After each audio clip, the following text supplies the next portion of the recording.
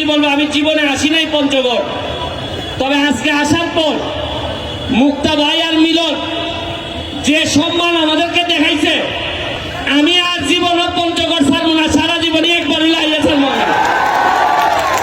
আর যদি মুক্তা ভাইয়ের আগে আমি মন্ত্রী হই, তাইলে আমি প্রথমবার এইখানে আপনারা যা চাইবেন তাই দিয়া যাইবো আমি। আর মুক্তা ভাই আছে কথা দিয়ে যাক, আমার আগে যদি সে মন্ত্রী হয় তা আমার এলাকায় কিছু দিবে না, আপনারা কি বলেন? সাক্ষী রেখে গেলাম। সবচেয়ে ভালো জিনিস কি জানেন, আগে একটা ফুটবল খেলা হইলে 2 জন চেয়ারম্যান আসতো না, এখন কত উন্নত হয়েছে। একটা খেলায়, একটা ইউনিয়নের খেলায় আমরা 3 জন পার্লামেন্ট মেম্বার আপনাদের সামনে উপস্থিত আছে, কার তালি দেবে না। এখন আস্তে আস্তে আমাদের জবাব দিতে আসতেছে। আমারে যে সম্ভাবনার জায়গা আপনাদের পঞ্চগড়, আমি যদি আগে জানতাম তো বহু আগে আসতাম।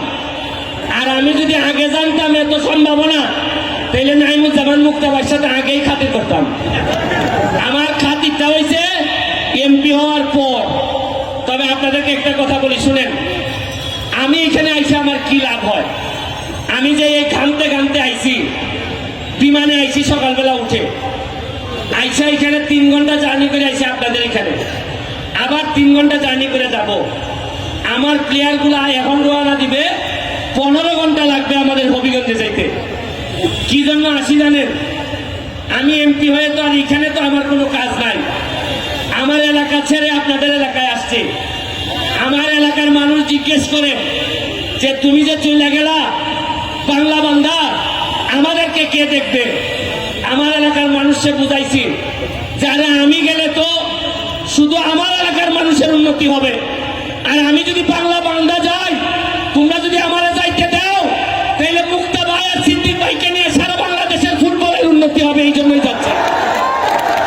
শুনেন, ফুটবলটা আমাদের প্রথম প্রেম। এই ফুটবলটা নষ্ট হয়েছে বুঝলাই আপনাদের দাঁড়ে দাঁড়ে ঘুরে বেড়ায়, এত ঘাম মাটিতে ফেলছে। আমার বিশ্বাস আমার মতো আর কেউ বাংলাদেশের 64টা ডিস্ট্রিক্টে এত ঘাম ফলাইছে কিনা আমি জানি না। আমি আপনাদের জন্য দোয়া করে দিয়ে যাই। আপনাদের যারা পঞ্চগড়বাসী ভালোবাসা তার জন্য থাকবে এবং এই যে হবিগঞ্জের জন্য আমন্ত্রণ জানিয়েছে, আমরা তাকে জানাতে চাই আমরা পঞ্চগড়বাসী সম্মানিত। আমরা তার এই তেতুলিয়ার মাঠে পদচারণায় আমরা ক্ষিপ্ত হয়েছি। আমার যে সিদ্দিক ভাই, তাকেও আমরা পঞ্চগড়বাসীর পক্ষ থেকে, তেতুলিয়াবাসীর পক্ষ থেকে ভালোবাসা